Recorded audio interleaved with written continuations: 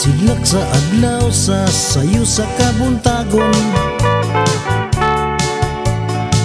masuong ta ang kataho maning kalibutan. Gidayan-dayan sa nahigmata nga kalanggaman, nga nanag-awit ning kabukiran, ug mo padulong sa pagsalop sa kahaponon. Sa dughan nga walay naglalay, sa kasing-kasing nga way nagsapnay, sama ka na ko nga sinalikoy ay magamahay. O kinabuhi sa makasaw sa kakapnod, nga gianod-anod sa bulog ning mga luha. Way kinutuban, way hunong ang yang gidulngan. Ay, nganong sakiton man.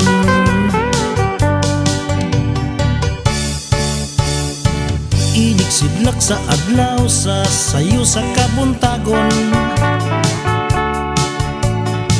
masuong ta ang kataho maning kalibutan. Gidayan-dayan sa nahigmata nga kalanggaman, nga nanag-awit ning kabukiran, ug mo padulong sa pagsalop sa kahaponon. Sa dughan nga walay naglaylay, sa kasing-kasing nga way nagsapnay, sama ka na ko nga sinalikoy ay magamahay.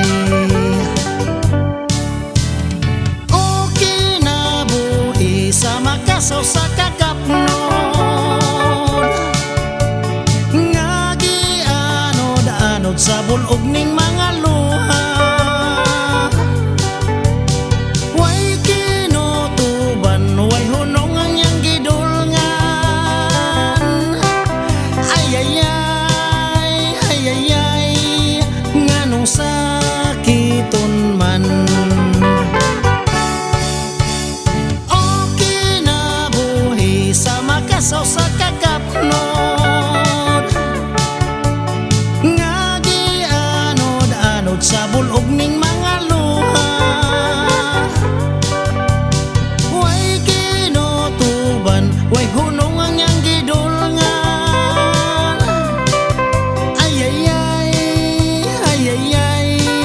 Nganong sakiton man. Nganong sakiton man. Nganong sakiton man.